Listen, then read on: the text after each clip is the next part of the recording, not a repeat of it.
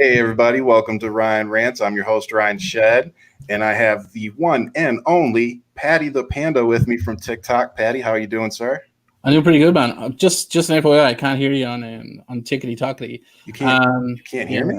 Yeah, you're just a terrible human being in general. I'm a terrible human. Why You can't know you this not this hear me? this podcast should be called Ryan Sucks because It instead of does Ryan because Rants. I'm every podcast I've done in the last week I've had just major. Hey man, that happens when you're trying new things. We're trying new frontiers here. Do you look at everything new that you try? Somebody says they hear an echo.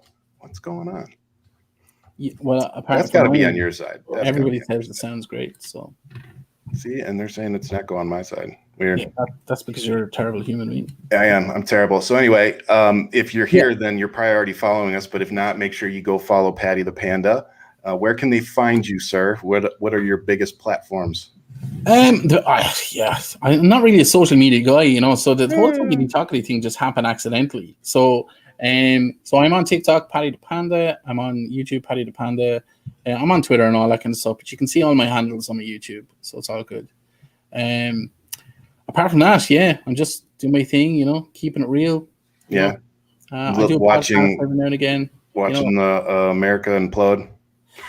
Implode further is probably further. Yeah, sorry. Yeah, as opposed to just random act of implosion the last few days. No, it's been shit for a while, dude.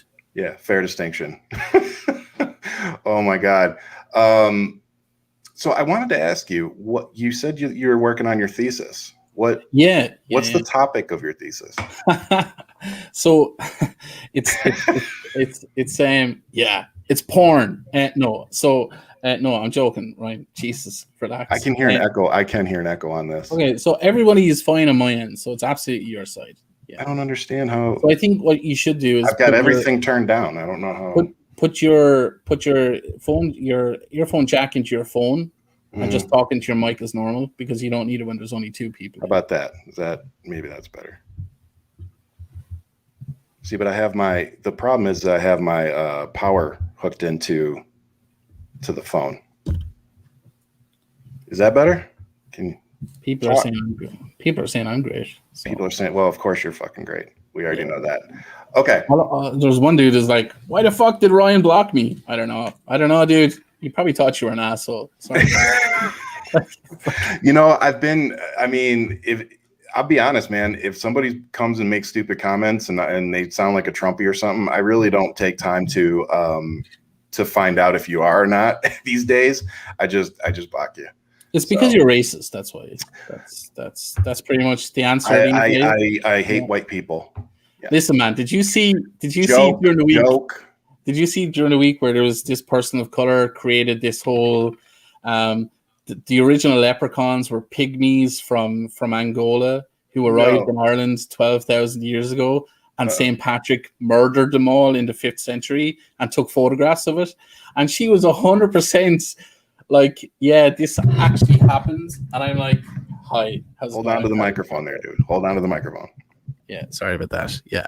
Anyway, so she was like, whatever. And then I made my video. She turned off all of her comments and doubled down. And then she called me a racist for disagreeing with her categorization of my entire country's history. Yeah. You know, and somebody was saying that on Twitter, particularly the right side, they're like, oh, if we disagree with everything, we're racist. And it's like, no, it just so happens that most of the things you're saying just happen to be racist. It's not.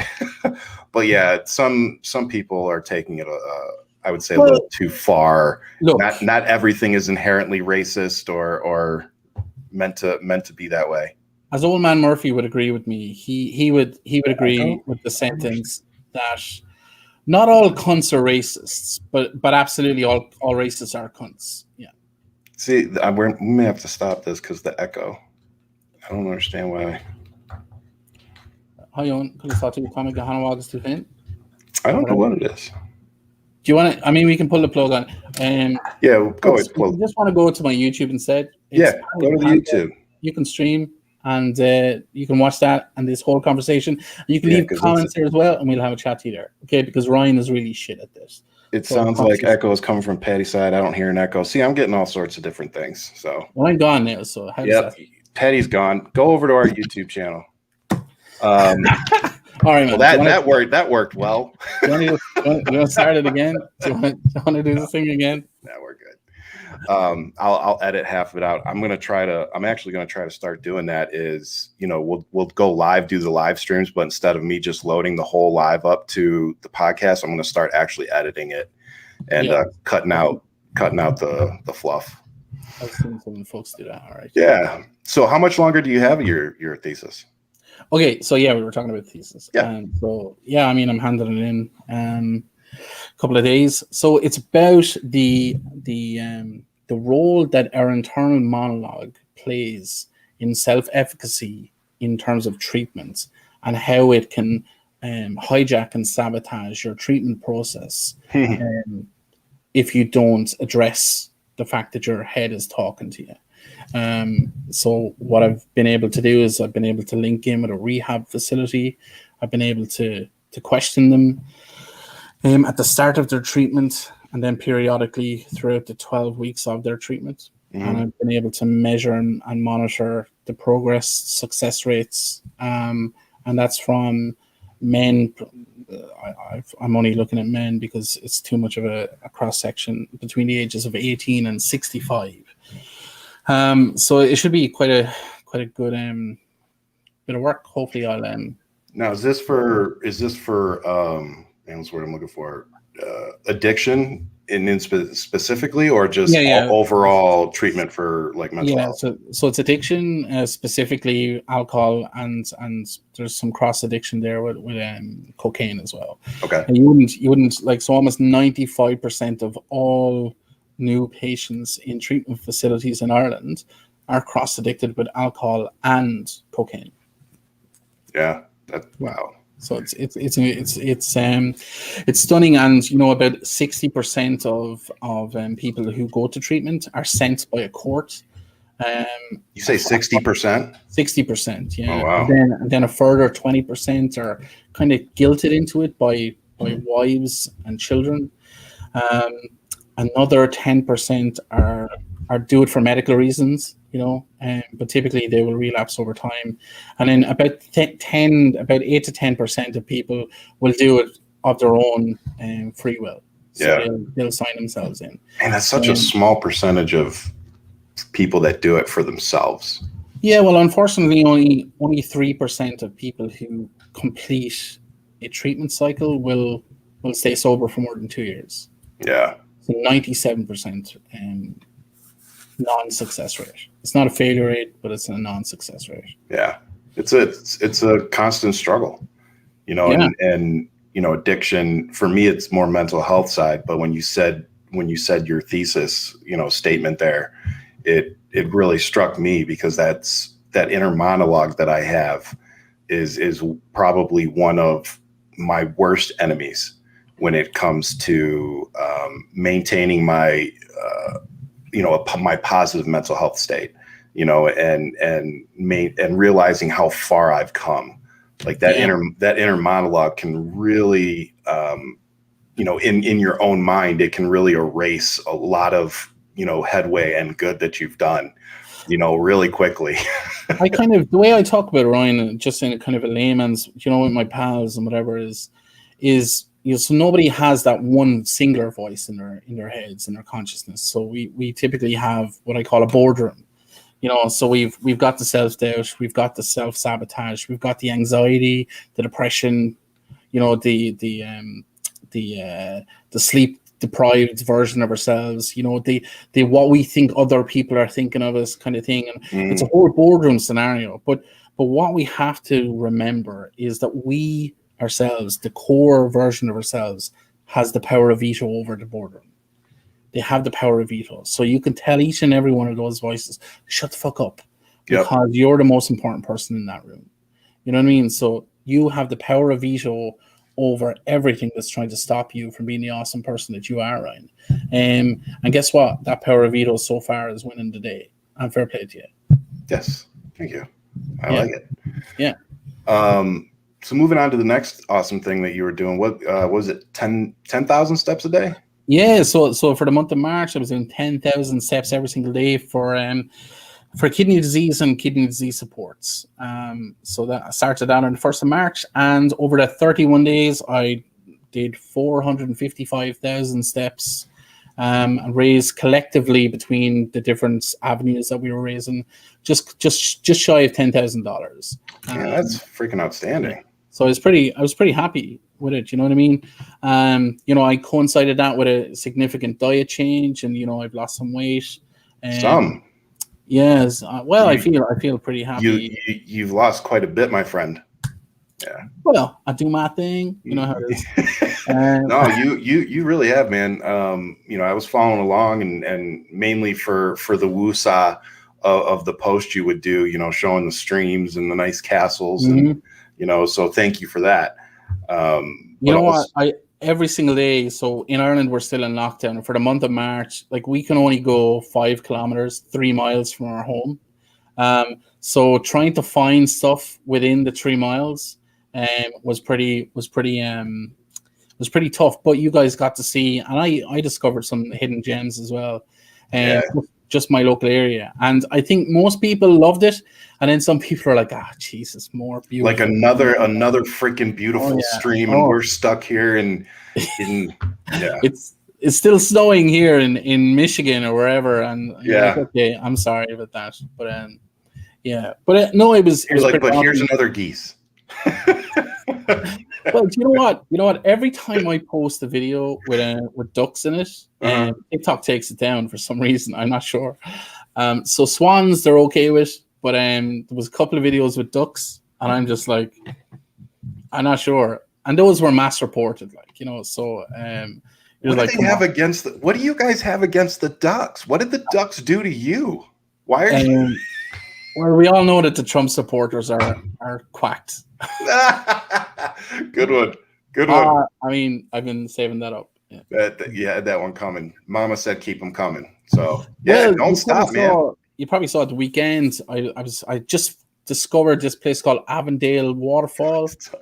Like, this thing, man. Like, I heard whispers about this place for years and could never find a thing, and then I eventually found it at the weekend. And I'm sure most people saw the video. Like, unbelievable. And Ryan, I can tell by your blank expression, you did not see the waterfalls. No, I didn't. But people in the comments, especially Lady Nerd Fox and a few others, absolutely saw it. It's beautiful. It's on my Instagram as well. But thanks so much for doing your research on your guest on your show, dude. I knew you were walking 10,000 steps a day. I knew what it was for. Come on, man. Thanks, man. Dick. And I appreciate the generous donation you made. It'll be the last time you're on the show. That's what you say every fucking time. You're like, I know, Paddy, this is on your fifth. Paddy, I've got a Twitter following. Please behave yourself. That's really important to me. No, that's why I didn't even stream this to Twitter. Yeah. I learned my lesson having you on the last time. They sent me a letter and said, if you have him on the show again, we're going to take your account away. Because I said the word moist and the word cunt in the same sentence. It was how many times you said the word moist. It literally said once you went after 10, that was it. It was the 11th. It was the 11th moist that did it. That was the first 4 minutes of the show. I mean, I can't help myself. What was so funny about that was Nikki losing her. Like, she was sitting over there like, are you two done? Are you two? And we're just on the other side going, no, thanks. No, we're going to keep going. But that's one of the good things that I like about your show, Ryan, because you're one of these, you sit back and just let the guests kind of, express themselves. Nikki's very similar. Yeah. And probably one of my favorite things to do is be on the Nikki Ryan experiments. And obviously I've been on Nikki's solo show as well. I was in Honor Maiden show, and that was just like a wild party. That was crazy. The heroin that I took before that show really paid off. How's the speed that you took before this show? It doesn't seem like it's kicked in yet. Talking about ducks, like, I seem fine from here up, but underneath my legs are going 800 miles an hour. It's great crack. You know what I mean? Yeah. Like my neighbor downstairs is already going, "The fuck are you doing again, dude?" Yeah, stop tapping. Jesus. Yeah, absolutely. What is this? Moist is the most disgusting word in the history of spoken language. Heidi, I disagree. Not even with the Irish accent? Squelch is far worse. Like squelch. Squelch. Like, yeah, squelch. As in like, yeah, I'm not even going to do a sound effect. Yeah. Like that's pretty much it's rough. You know what I mean? Yeah. It's rough. Okay, anyway, let's hit up some serious topics here. Let's go. We will, but real quick, just before we move on to that, I just need to say, you know, those videos of you now that you've lost all that weight in the face of you winking and shit at us, I'm gonna need you to stop that, okay? Because speaking of moist, it's. Oh, the missus likes it, does she? She does, and she actually wanted me to tell you hi. No bullshit. She wanted me to say hi and let you know that the way things are going, we're going to be coming over soon. Sounds good to me. You know what I mean? Oh man, she really does want to come over there. No false promises, Ryan. None of this false promise bullshit. Like, you know, if you're going to commit. You know what I mean? Brother, I've never been. She's actually been. She was stationed overseas for 11 years. No, so she was in Shannon temporarily, like just stopping off. Oh yeah, like, you know where she. Yeah, that's right. Yeah, you know where she would. Ryan, we've met before. Like we've talked a few times. You know what I mean? Yeah, I know. And well, let's go back 5 minutes ago where you said that I didn't do any research on my guest. Which one is it? We know each other, or I didn't do my research? Sorry, man. The word moist and cunt are just all right. What are we doing? You good? You know what's and the funny thing is, you know who this is? My friend Ashley. Hey, Ashley. And we served in the military together. Cool. And we actually lived together for a part of time. And yeah, you, me, and her on this show would have a good freaking time. You would love Ashley. Not many people know this, man, but you know, I served in the military myself. Did you? Yeah, I was a corporal in the 10th Infantry Battalion here in Ireland. Yeah. Really? What happened? Army, man. What happens? Yeah. I got fat. No. You just do like you do 3 years and that's it. You're done. And it's voluntary, but like you still do it. So yeah, not many people know that. Yeah, no, I didn't. Because the rest of the world. Thank you for serving. No, fuck that shit. We don't. No, like, that horseshit. Somebody actually busted my balls yesterday, and they're like, "Why don't you say that?" Because they're like, "You don't really ever say, oh, thank you for serving." I don't say that every time somebody makes a comment anymore. I'm like, it's really lost its. You know, it's like people now feel obligated to say that when somebody says they served. It's like just don't even bother saying it to me anymore. Yeah, I think there's an element of stolen valor and things like that now, and you know. Yeah, that too. You know what I mean? And, you know, now you're thanking, you know, military moms and military dads and military siblings, you know, thank you for your significant person service. And then it's like, oh, my third cousin's grandma was in World War II. Well, thank you for their service. And it's like, kind of loses its meaning after yeah, you're right. Yeah. Yeah, that's a good way to put it. I mean, okay, so back on to the more important things. One of the things I wanted to ask personally was, and you had kind of started talking about this, I think, on your TikTok earlier today, which is the you know, of course, we're on gun control because of everything, all the shootings and everything that are going on here. What is the craziest thing from the outside looking in for you personally, like of the culture that America has in guns? Like, it's so bizarre. It's so bizarre that, you know, coupled with like things like healthcare and a few other things, America just seems to be the only country in the world that just doesn't get it. You know, so in the rest of the world, in Australia and the UK, you know, if an atrocity like a mass shooting happens, there's an immediate reaction. Mm-hmm. Even saw what like New Zealand's the year before last. Yeah, with an immediate reaction. And Jacinda Ardern said that she didn't even have to talk to the opposition parties because it was just understood that sweeping gun reform needed to happen so that this wouldn't happen again. Yep. She didn't even have to do that. She just wrote up the legislation immediately and it passed with one dissenting voice. The same in the UK, the same in Australia.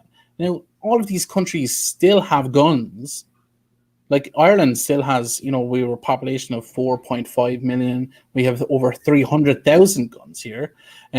but they're primarily shotguns and rifles that are used by farmers and used for hunting, and with the proper licenses, etc. It doesn't mean that we're less safe. It doesn't mean that we're more at risk to die from a criminal with a gun. In fact, when you take away the obsession and the infatuation with guns themselves, there's very little crime with guns involved. And what's really startling is that in the USA, Ryan, you guys don't really seem to understand your own gun issue either. Because I was looking at the stats for the last 11 years, between 52 and 58% of all gun-related deaths were suicides. They weren't criminal acts. They were suicides. Self-inflicted, yeah. For me, it's a case of, okay, well, even if some gun reform is brought in to save some of those lives, then surely that's worth it. You know? And I think, of course, we're going to talk about the mental health aspect of it. And I think that statistic you just, threw at us speaks to that exactly.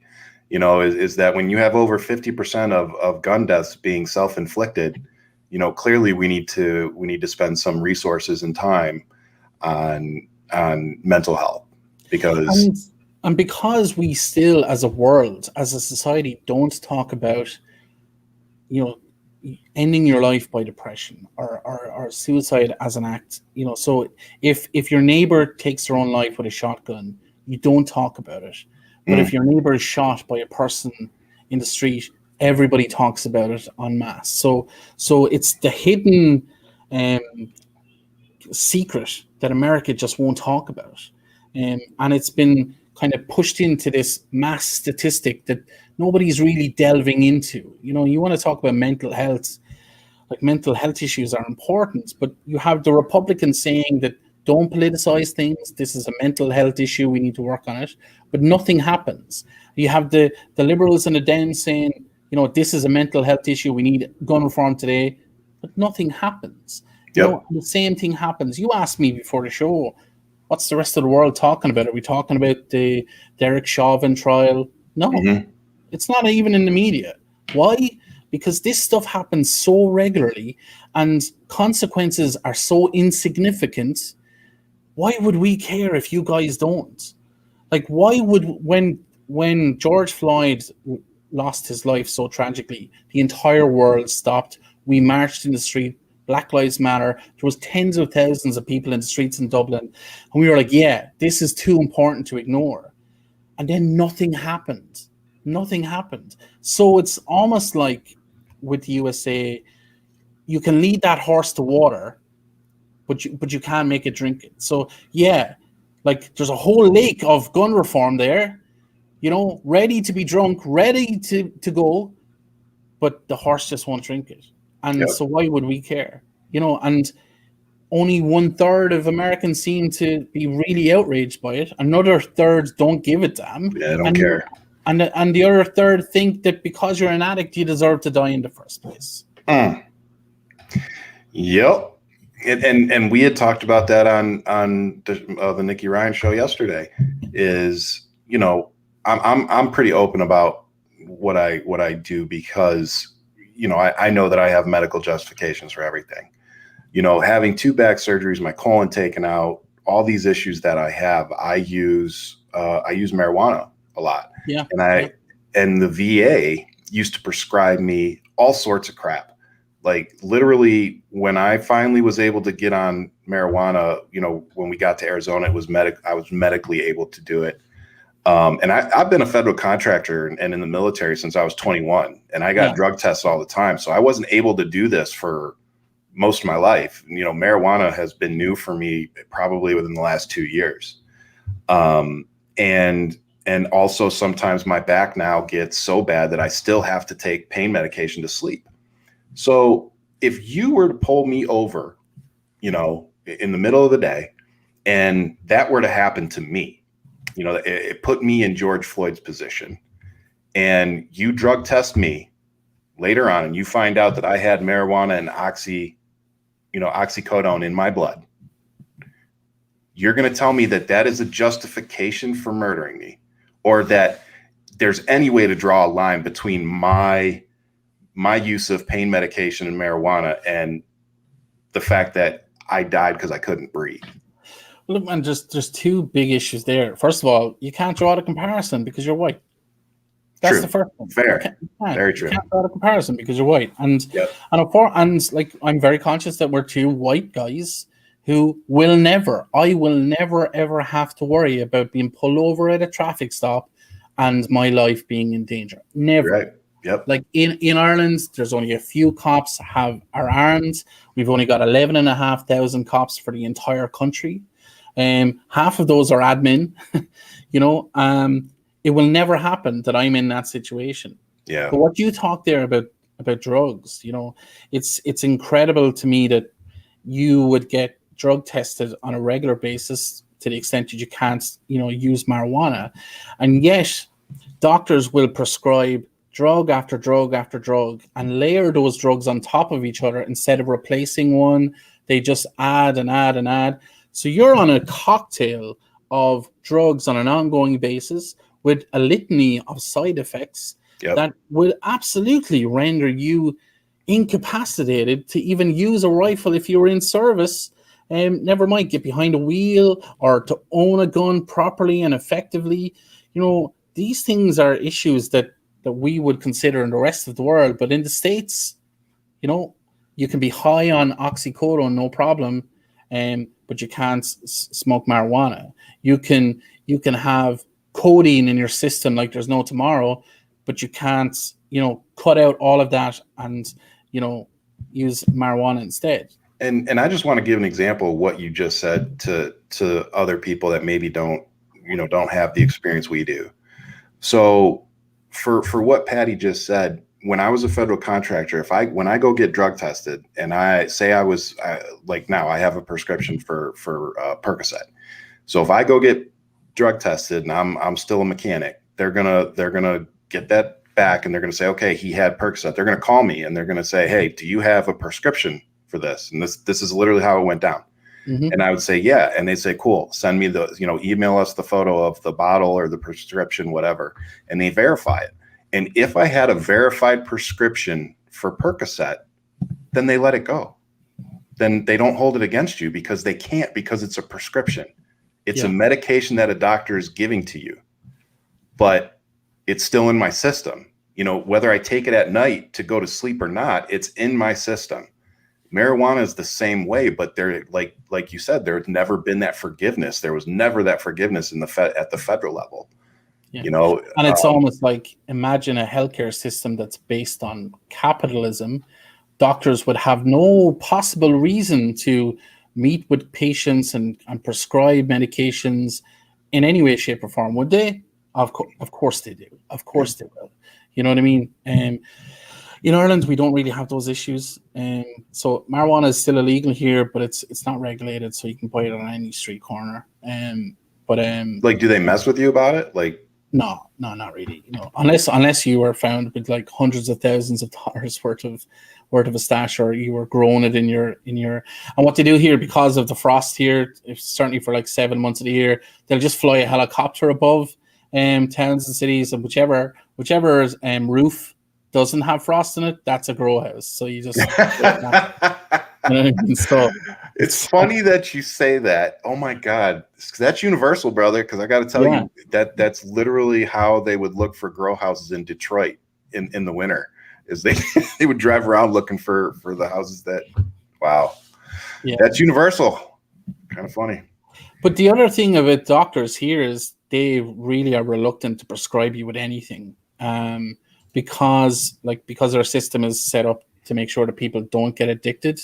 To different drugs. Doctors just won't prescribe them, so they'll literally find any alternative that they can. And I have significant pain at the moment because of all of the steps I was doing. My knee is pretty banged up, and I have a hip problem as well.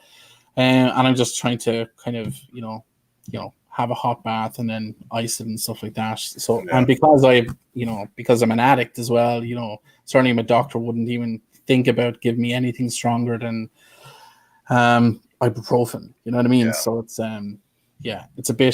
it's a very different scenario. But then again, I mean, I've been in hospital in the last 6 months a few times, maybe 21 days total. I've had two major surgeries, and that cost me zero. Yeah, how's it going? Nothing. Gotta love it. How much was that? So all that cost you how much? No, I think there was an admin charge of $28 about that. Yeah. Oh gosh, were you able to afford it? I mean, are you still paying that off? Yeah, because I don't pay taxes.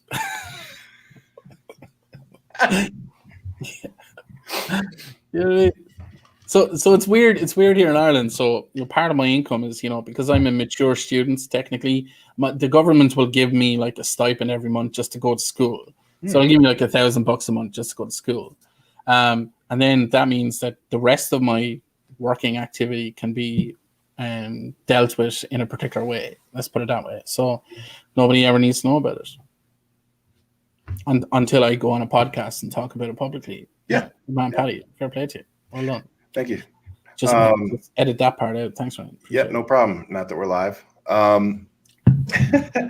the crazy thing is, so many people will not talk about what they go through publicly because they're afraid that it's going to be used against them, whether it be at a job, whatever, on social media, but they don't talk about it. But we need to start talking about this because this is our norm. That you and me and we are the norm. Most people are struggling with something, and by not talking about it and trying to do this whole, pull yourself up and just, suck it up and, no, I particularly hate the just suck it up part, but man up. Yeah. Suck it up. Pull yourself up by the bootstraps there. That's how we got here. That's how we got to the point of everybody having these crazy mental health issues because we don't have a work-life balance. I mean, most of the guys I worked with when I was a mechanic, freaking dude, they worked 6 days a week, some of them 7, and 12-hour shifts, and then would drive an hour. I was driving an hour and a half. Some of them were driving an hour each way, to work. And it's like, what time do you have to spend with your family and friends if you're doing nothing but working? And then, that job might just give you a base take home of $500, after working your ass off all week. And if that's not enough to pay your bills, well, then just get a second job. That's the answer. Just get a second job. It's absolutely, it's ludicrous to me. But what you're saying there, Ryan, is true. People need to normalize talking about their struggles. I go to schools, like kind of middle school, kind of high school students, and I talk to them about, I literally tell them, look to the person to your left, look to the person to the right. Everything that you're feeling and thinking about, they're doing the exact same thing. It would all go away if you guys just told each other about it every single day. Just pick one person and tell that stuff to every day. They'll do the same back to you, and I promise you, you'll feel completely different. Yep.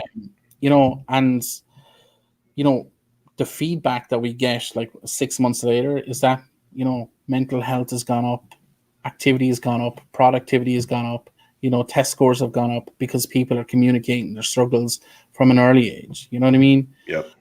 And that's something I'm trying to, incorporate with my kids, is just trying to have that healthy communication, hoping that if they have that healthy communication with me and my wife, that will, that hopefully that will rub off and that they will develop that healthy communication just in their life in general. Yeah. That's my hope. Yeah. And you're doing a great job. Your kids are pretty awesome. So, they are. Thank you. Obviously your wife is doing something. She's doing most of the heavy lifting. I'm not going to lie. Yeah. I get to be the fun dad who does most of the playing and when mom goes out and does her thing now, they instantly go into the we're going to destroy the house mode because we know dad's going to just look at us and be like, yeah, whatever, just go do it. And then Jen comes home and they're in the middle of clean. Like I hear Jen coming up the driveway, right? And I run out and I scream, "Okay, kids, clean up! Mom's home!" And they know that they got to hurry, and they never make it in time. So she knows that the inmates were running the asylum. Your term for fun dad just means like negligence. Okay. Negligence, yes. Pure negligence. Yep. Okay, fair enough. Yeah. No, we got him cornhole and it's like one that has like it looks like, what is that, skee ball? So it has like the 2 10s and the 5s and a 20 in the center, and Livy is just like, throwing them and hitting them right in the center every time. And Dominic's getting all upset. They're working on their handstands. We're having a blast. But they're getting away with not doing some of their school right now, which again, negligence. But it's funny, man, because I'm just thinking about what you're saying there about that we're the norm. People are often shocked by some of the things that I say on my TikTok. Yeah, shocked that Paddy's saying that. Jesus, like what? So when I talk about or you deal with that, and I'm brutally honest. I'm brutally honest when it comes to this stuff, because so my mantra these days is, if you don't lie, you have nothing to remember. You know what I mean? So I literally just say, because you're never worried about what you've said to X or what you've said to Y, because you've said the same thing. And for too long in my life, I said different versions of everything to everyone, and it's fucking exhausting. It's so exhausting. So people, and for me, that speaks to me, because being bipolar when I was untreated, as it progressed and got worse over the years too, the lies would get worse, and like you said, especially it just gets to a point where you're like, I don't even freaking remember what I said. Yeah. And now I've developed much more of the stance that you just said, like and particularly running for office, it's like, if I drag all my skeletons out of the closet, whether it be on a podcast or on Twitter or whatever, you guys can't. You can't hold it against me. You can't use it against me. You can't ever say that I lied to you. You can't. And if I'm always telling you the truth, then I don't have anything to worry about. Yeah. Absolutely. And it's just like, if I can manage to pull this political stuff off and maintain this current balance I have, I'll be really ecstatic about that, and feel like I'm doing a pretty damn good job, and think that I'll be pretty dangerous if I can maintain that balance too. But I think that's what's needed, and I think that isn't it terrible that you're, we saw all week last week George Floyd. Well, he deserved it because, or he would have died anyway because he was an addict and he would have overdosed. Yep. Or even Hunter Biden. He's an addict. He deserves to be shamed for the rest of his life. Despite the fact that he's sober, and he's actually doing a lot to bring addiction into the spotlight. And he's not even a politician. He's not even in office or running for office. He's not even one of the fancy consultants in the he's got nothing to do with anything. And it pissed me off when I made a video about it, to say, well, where do I show up? Where I'm an addict. I'm a recovering alcoholic. I have a disease that is addiction. Yep. Where do I show up? Let's be consistent. If George Floyd deserved to die because he had his issues with substances, then where do I show up for my life to be taken as well? If Hunter Biden deserves to be chased and vilified for the rest of his life because of the stuff he did in active addiction, then so should I. So where do I show up? And when did that begin? Because if we're going to be consistent, let's be consistent. Let's be consistent for both, for people of color and for people like me, white people. Let's be consistent across the board. Yep. Where do I go? People are like, "Oh, well done, Paddy. You've turned your life around. That's brilliant." Well, guess what? Everybody can do that. Yep. But if you're shitting all over them and you won't put down the stick when you're beating them in terms of their mental health and making them feel like pure filth, feel shame and embarrassment and guilt because they've made mistakes, then the problem is never going to be fixed. Well, and most importantly too, I think if they're going to look at people like you and me and say, "Oh, but you've turned your life around," it's like, yeah, well, you guys didn't give him the opportunity. Mm-hmm. He could have done the same thing. Like you just said, anybody can do that, but you got to give them the opportunity, and it makes it a little easier. Like you just said, if you're not, shitting all over them, lend them a hand instead of showing them your boot. And let me be very clear. Nobody will hit themselves with a stick harder than I will.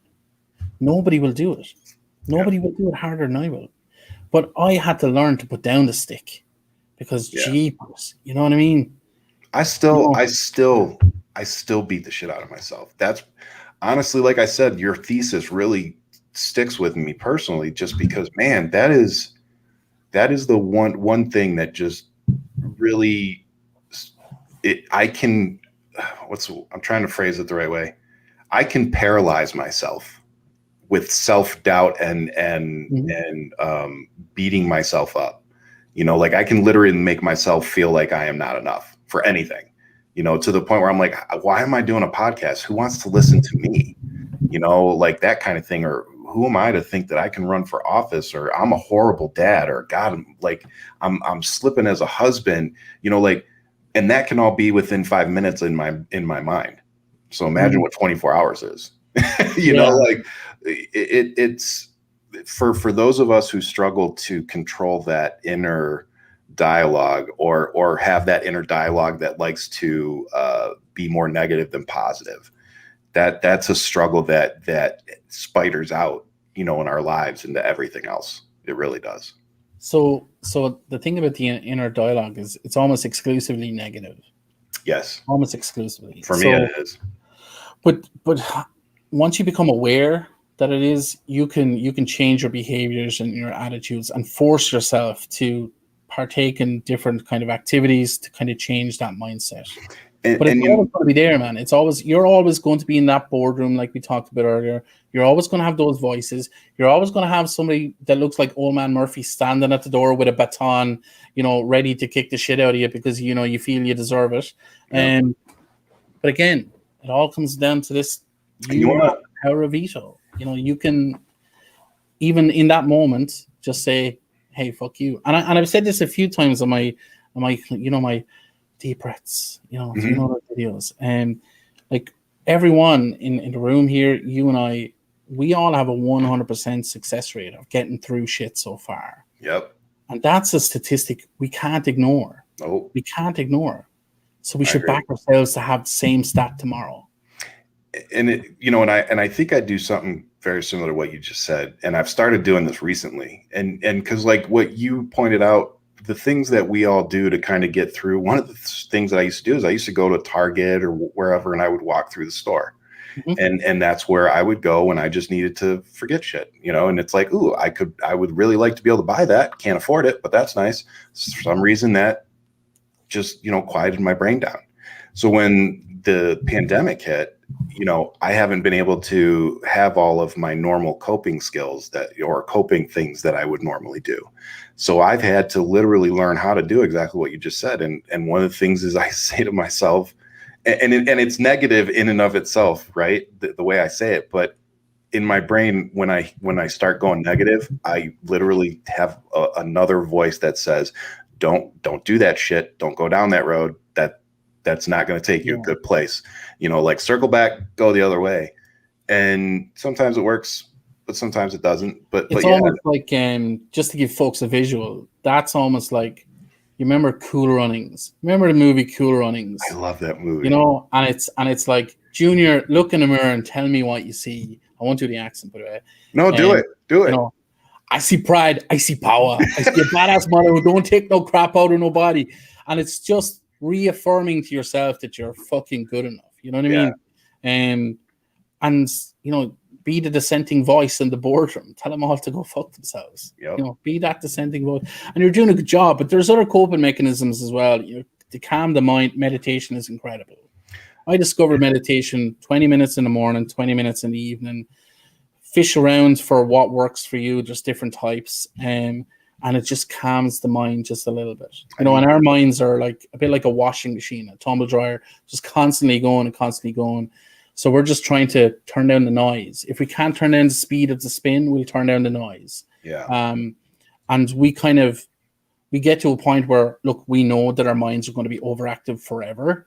Yeah. But you get to a point, it's almost like, you know, the movie A Beautiful Mind, you know, where, you know, man, Nash kind of realizes that the little girl never gets old. There's a spoiler if nobody's seen A Beautiful Mind.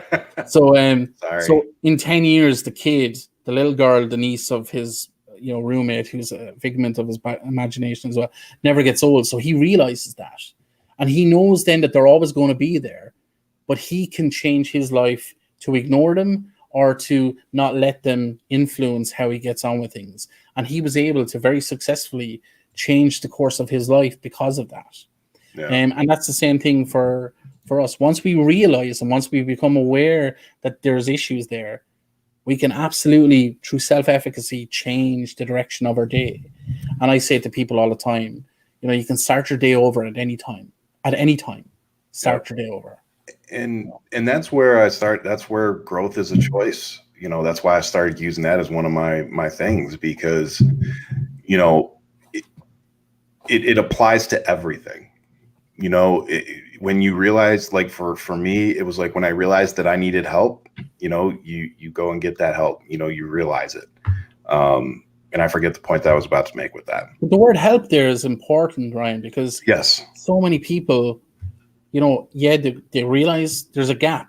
There's a gap between knowing something's wrong, then realizing you need help. And then there's always a gap of trying to cope and asking for help. There's always that gap between when you realize you need help and actually ask for help. Oh, yeah. We really need to close that gap, because that gap can be a week, but it can also be 10 years, I would say mine was about a year. And if we normalize the conversation, then that gap will automatically narrow, because people will think, Tom, Jerry, Michael, Fidelma, Fanula, they're all talking about they do this. Yep. So of course I'm going to do it as well. Yep. Yeah, man. I thank you for having that conversation with me, because not a lot of people are able to. I don't know, not relate, because everybody's going through something similar. Like Old Man Murphy and I relate on a lot of levels, but you understand it on a medical level that I can relate with. So that I enjoy having these conversations with you.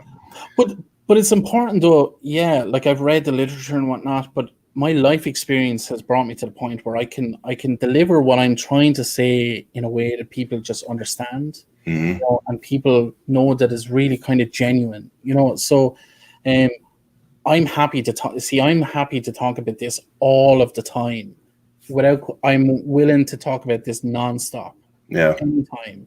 And so if anybody has any questions about it, just DM me on Instagram or whatever. I'm happy to talk about anything like this all of the time, because I want to lead the way. I want to normalize this behavior. And if I have the capacity to do so, I will do so.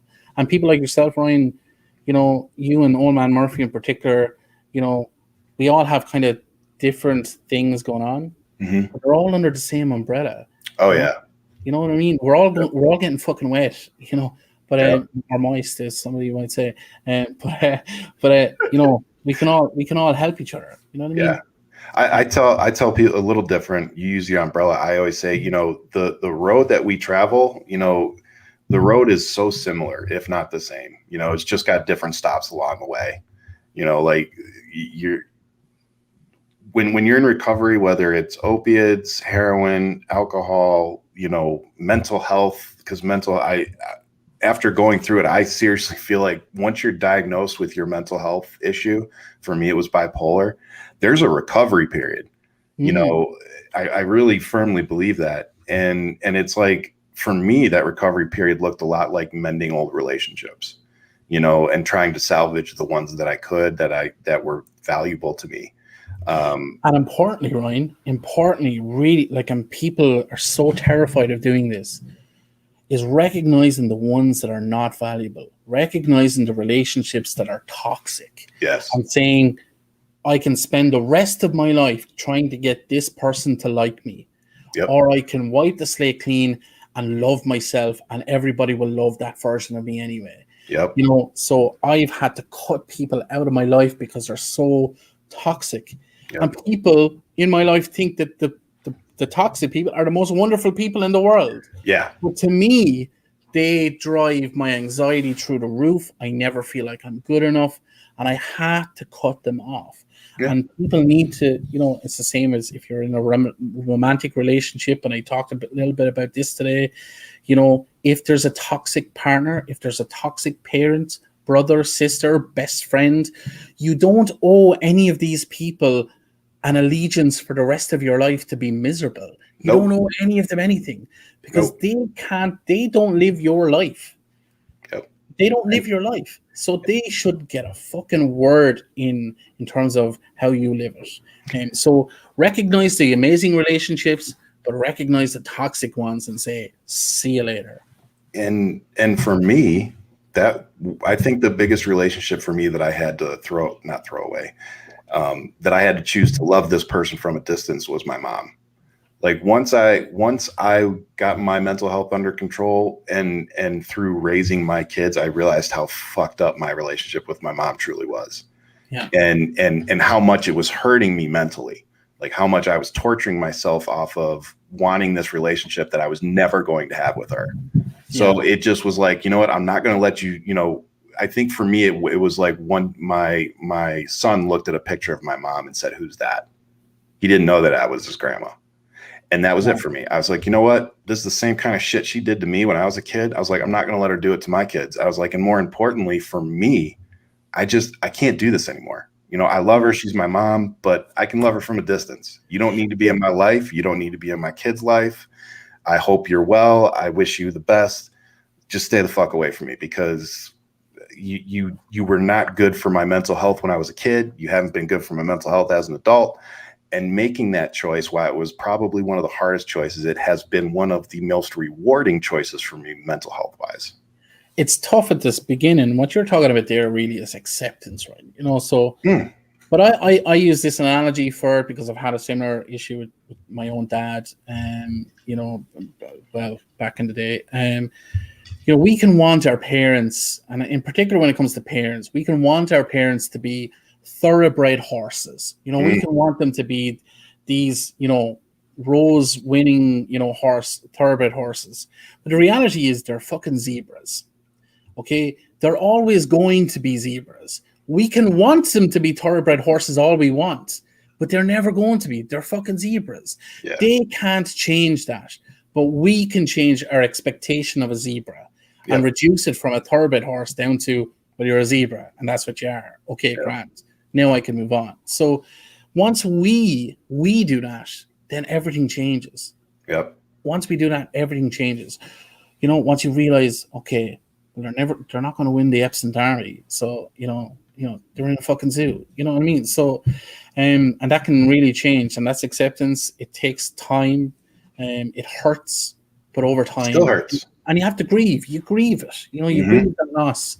But you're not grieving the loss of them. You're grieving the loss of what you imagine that relationship should have been. Yes. Yep. Because in reality, I don't think I miss the relationship. Like I miss the idea of what I wish the relationship I had with her. But I don't miss the way I was treated. I don't miss the actual relationship that we had. No, I don't miss that. Like I said, if anything, it's been very positive on my mental health. And I think that in and of itself is everything you need to know. If you cut somebody from your family out of your life completely, and it is a positive, move in your life and on your mental health, that was the right move. If you're not missing them or missing that aspect from your life, that relationship from your life, then chances are it was probably the right move.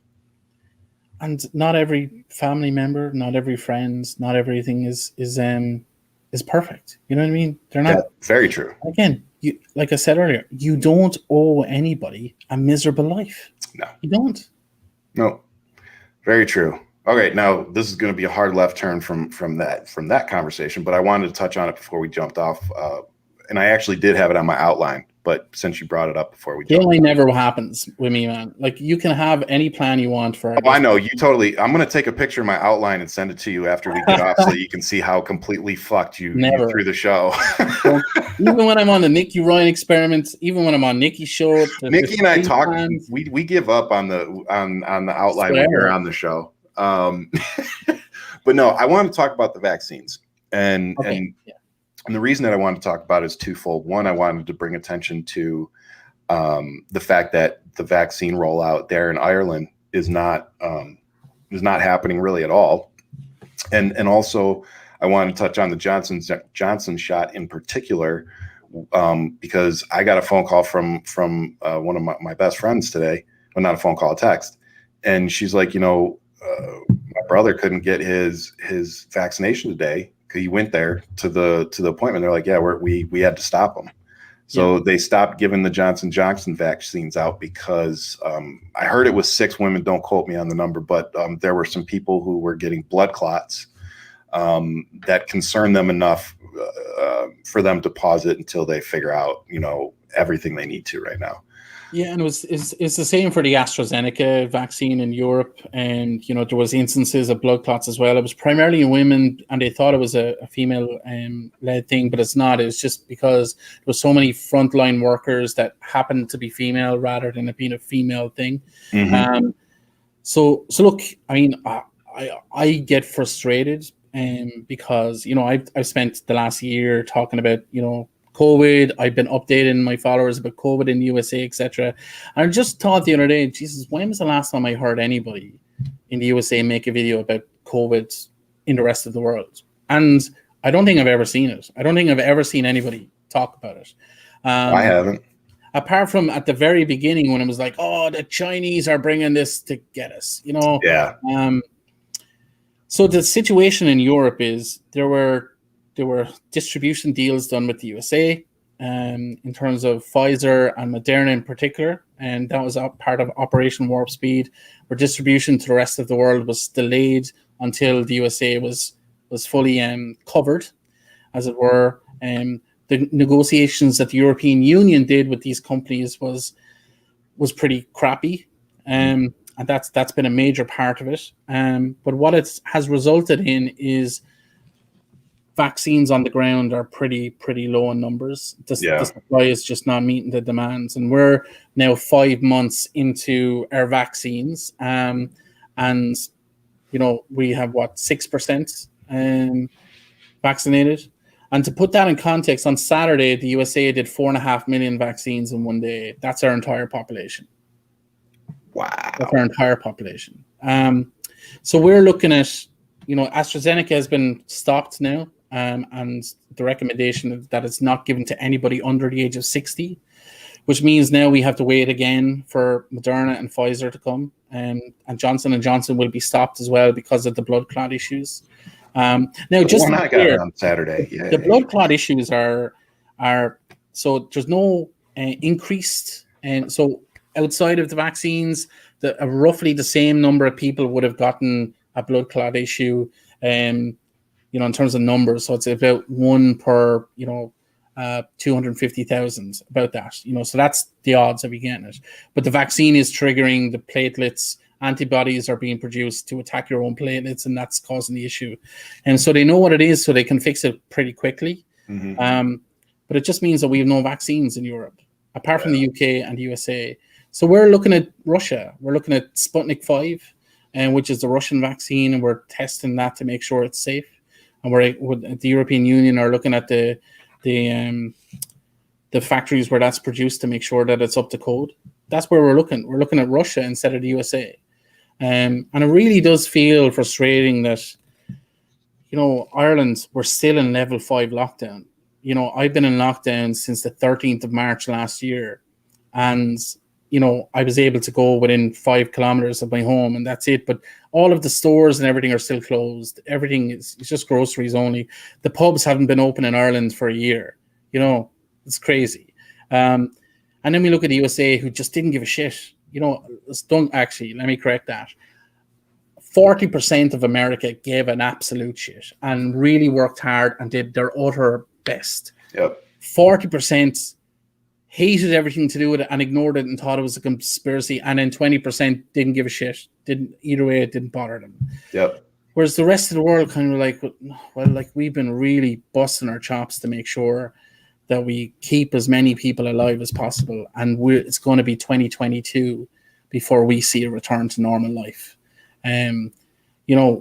So it's tough. It's a struggle, and mental health is suffering because people are just going stir crazy. And what's not helping is the ambiguity.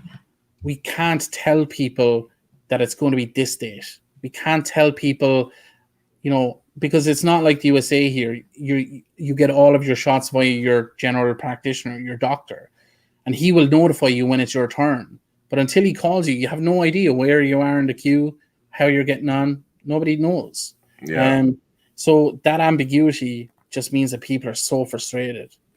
It's almost like you're going to get a punch in the face, Ryan. I'm going to punch you in the face, but I'm not going to tell you when. Yeah. So it's that kind of anxiety. You're like, okay, well, I know he's capable of punching me in the face. I know he would do it if he could see me. But when's he going to do it? Yeah. And for me, I would, if I were you, it would feel a little like, you're driving down the highway and that asshole goes by like the line of people that are waiting to get off the exit and jumps in at the very front because they're just that impatient prick. I feel like that's the United States right now.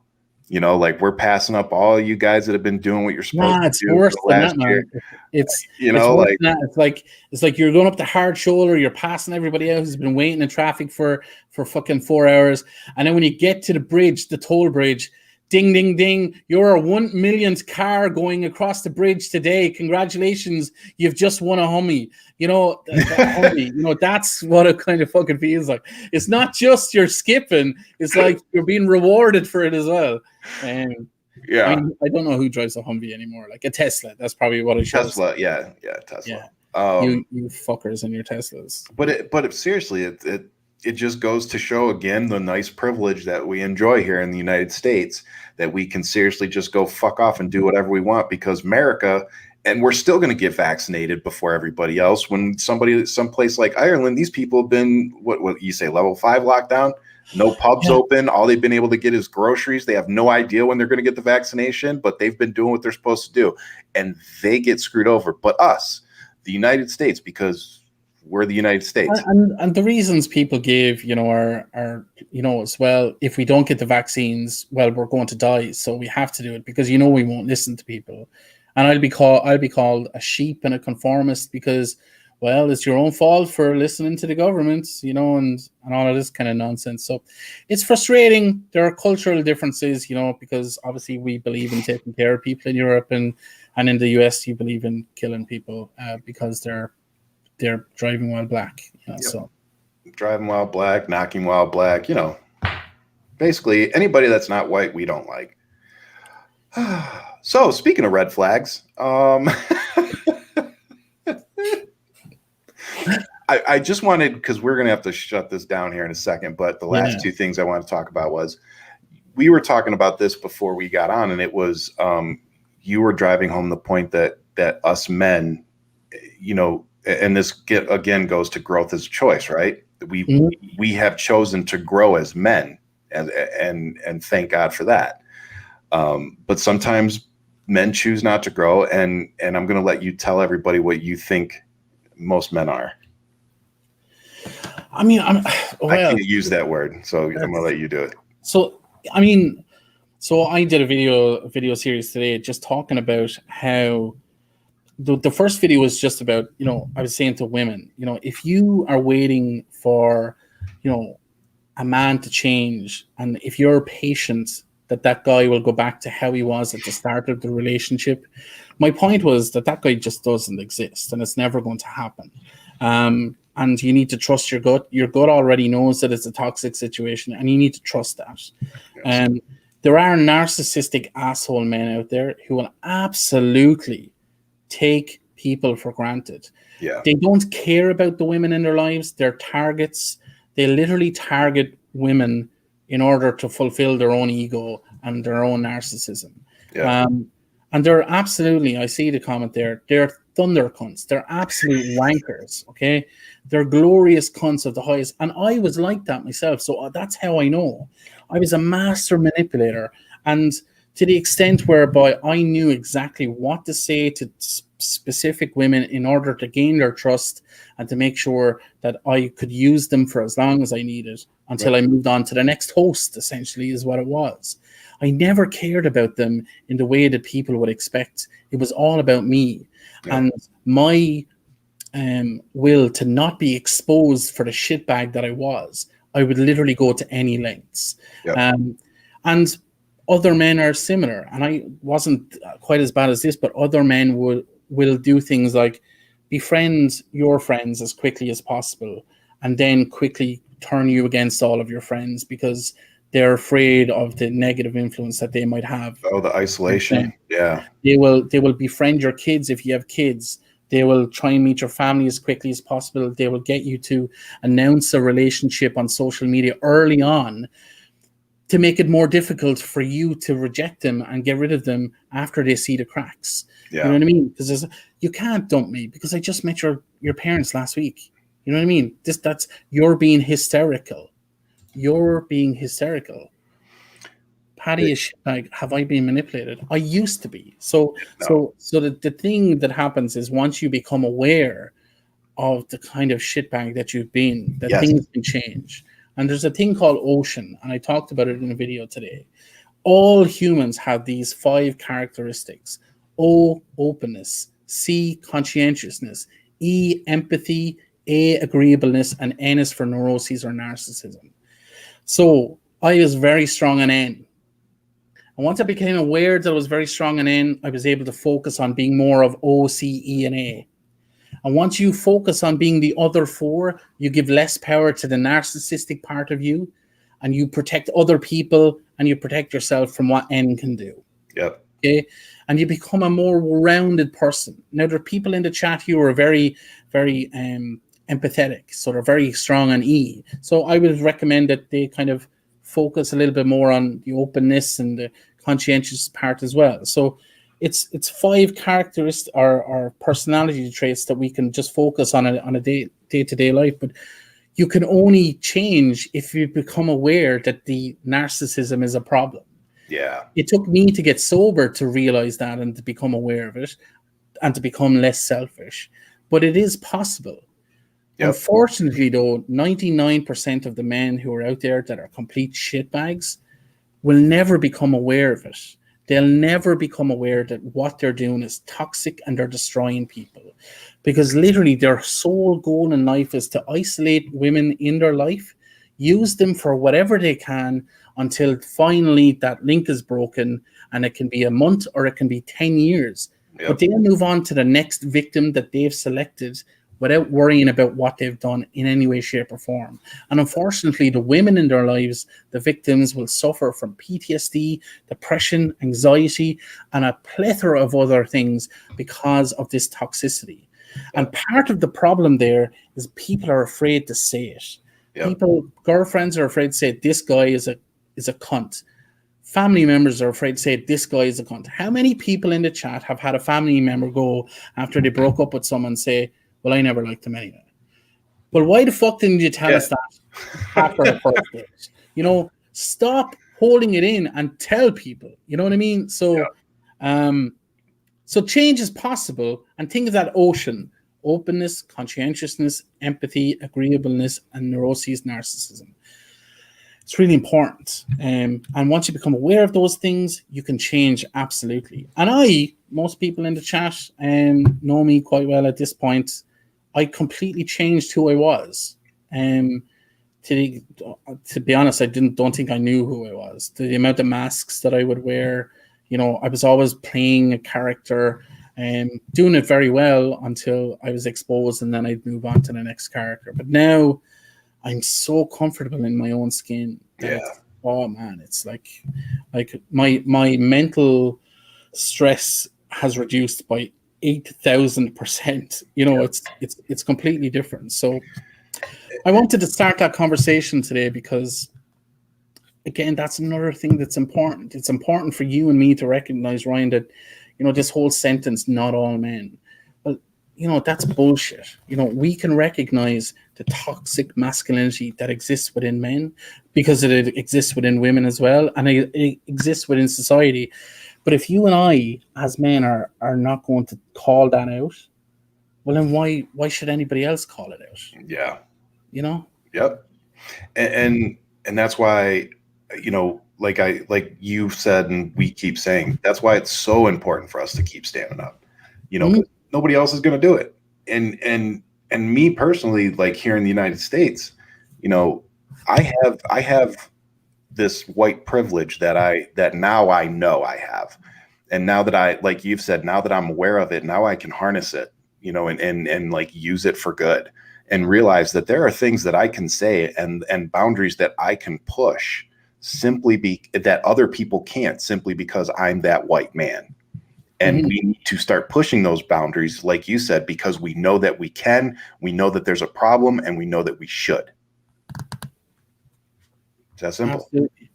That's one of the famous Ryan rants that I've heard so much about. Yeah, it took a while for it to come out. Sorry. Do you remember the first podcast I was ever on with you, dude? And I was like ripping the piss out of you. I was like, oh, because I didn't say much. Hey, Nikki, does this guy talk at all? Like, do you just pull a string out of his back and he says something? That was so good. That was so fun. I don't remember, because we were still fairly new then, so I was trying to figure out how to do the production. Put the comments up, and Nikki was like, her and I were still figuring out how to go back and forth, so she was just like keeping the conversation going. So I was just sitting back like, whatever. Then all of a sudden you're like, hey Dick, do you like talk? Here, see, Gretchen Thrum. What'd she say? Not all men is technically correct, but it is also too many women. So what I would say to that is, you're absolutely right. It is not all men, but it is 97% of women. And somebody said to me once, oh, if you were hit by a car on a night out, you wouldn't say all cars. It was like, well, if 97% of women were hit by a car, then you'd think it was a problem. But here's the thing, because I used to say not all men as well. And that's more to do with our insecurity, our self-worth, that we're like so afraid that people will think badly of us, instead of recognizing a trauma that's happened in a lived experience. So again, you can change through by being aware. The word awareness keeps coming up. So now it's more like, I'm sorry that happened to you. It's not something I do myself. I will call that behavior out at every single opportunity that I can. Yep. Is there anything I can do now to help you? That's it. And we need to get to a point where every man has that mindset. Yep. Every single man, and a lot of women too. Yeah. Because a lot of men go, oh, well, it's not all men, and I'm sure I wouldn't believe her anyway. And sometimes women are women's worst enemies as well. They're not all allies, because they want to see people fail as well. That's very true, and that's something my wife actually brings up quite a bit. And that last part, I just wish we could all do more lifting up of each other than tearing down. It seems to be, I'm not going to speak for you guys over there, but here in America, it's all about tearing down. It's not about, very few people are interested in building up. And I mean, that goes for our infrastructure in the country to each individual. Like we're just not interested in building anything up. Man, I did a challenge there for people a few days ago, and I just said, look, for the next 3 days, I want you to post one positive video per day on top of your existing content. Just post something positive. Like a timeline cleanse. But lots of people said, okay, let's do it. But the feedback was, it was so much more difficult to think of something positive to share than to do something negative where they're kind of critiquing something. Or it's so much more difficult to get into that mindset of, well, what am I grateful for? Yeah. What am I grateful for? And if you're struggling to think of stuff, then maybe you need to dig a little bit deeper into who you are and what's making you happy in life. Because if you can't name 3 things off the top of your head that make you happy today, then too many things are making you sad. Yep. All right. Well, I'll tell you this. Let's end the show on that. Give me one thing that truly makes you happy today, or one positive thing from today. Positive thing from today? Yeah. Oh, my friendship with you, buddy. Oh, well, thank you, brother. That actually means a lot. Yeah. For me, you're an absolute cunt, yeah, but I know that, and that's what makes me lovable. Yeah. For me, I think it's, and I'm going to say our friendship too, but I don't know if it's for the same reason. Like, I love my ability to work from home now. Like, I love what I've built with Nikki and myself. And like a year ago, I never would have thought that I would be here having this conversation with, a friend in another country, getting to dive into these subjects, everything from, politics to mental health to addiction, we covered a lot in an hour and 15 minutes. You know what, man? You know what? You're absolutely right, because 10 years ago, in any society on the planet, we wouldn't have been able to have this conversation publicly. Yeah, absolutely. So progress has been made. In the last 10 years, massive progress has been made. And I see the next generation coming through, and they're talking an awful lot more than we are. But 10 years ago, we would not have been able to say, I am an addict, suffer from anxiety and depression and many other things. You have bipolar and you've suffered with your mental health over and over again. Yep. We wouldn't have been able to say that at all, because we would never be able to work again, because people would never hire us because, oh, that's the crazy guy. Yep. And we wouldn't be able to find a relationship. The courts would think that we weren't good enough to be fathers. Yep. So these things have all changed. And Yep. if we keep going at this pace and people still have the conversations that you and I are having now, then in 10 years' time, can you imagine? Can you imagine where we'd be? I have some hope.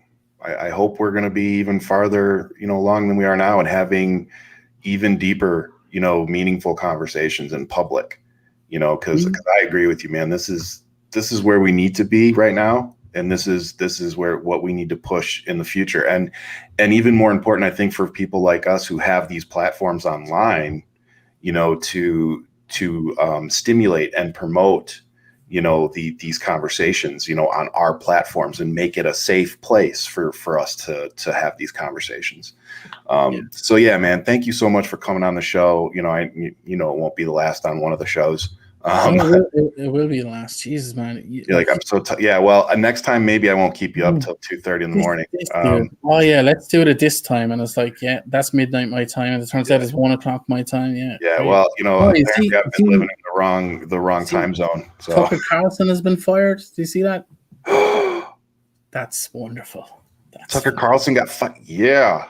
Well, that's fantastic. Well, that's I'm taking that's your positive thing for the day, Vicky. Edit it out, man. Yeah. Thank you, Mama. Okay, so I'm gonna go ahead and so if you're on any here, if you're on my channel and you don't follow Paddy, go follow him on TikTok, follow his YouTube channel. Again, brother, thank you so much for having us on. I hope that we get that you guys get some vaccines over there soon, so you can get back to somewhat of a normal life. I'm sure I'll have you back on soon. And I will leave you guys, as always, with much love, and keep fighting. Cunt.